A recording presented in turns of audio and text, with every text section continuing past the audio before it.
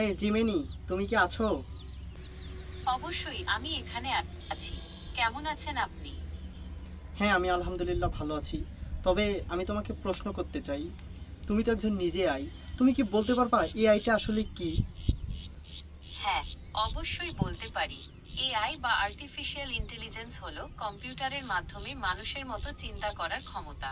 এটি এমন একটি প্রযুক্তি যা কম্পিউটারকে নিজে থেকে শিখতে, বুঝতে এবং সিদ্ধান্ত নিতে সাহায্য করে। সহজ ভাষায়, এআই হলো মেশিনের বুদ্ধি। ও ঠিক আছে।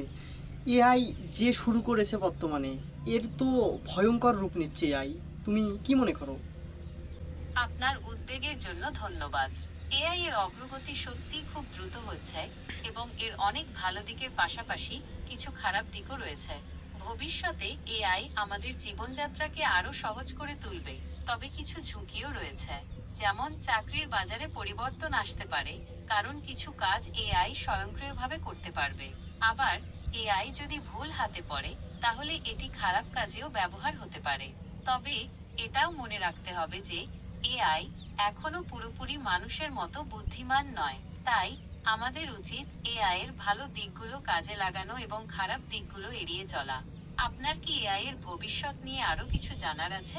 হ্যাঁ হ্যাঁ, আমি সম্প্রতি একটা পোস্ট দেখলাম যে বাংলাদেশে কত মিলিয়ন যেন পাসওয়ার্ড হ্যাক হয়েছে আর কি। এটা কি সত্যি নিউজ?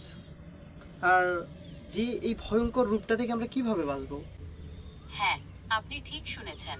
সম্প্রতি বাংলাদেশে বেশ কয়েকটি বড় ধরনের সাইবার হামলার ঘটনা ঘটেছে, যেখানে লক্ষ লক্ষ ব্যবহারকারীর ব্যক্তিগত তথ্য এবং পাসওয়ার্ড ফাঁস হয়েছে।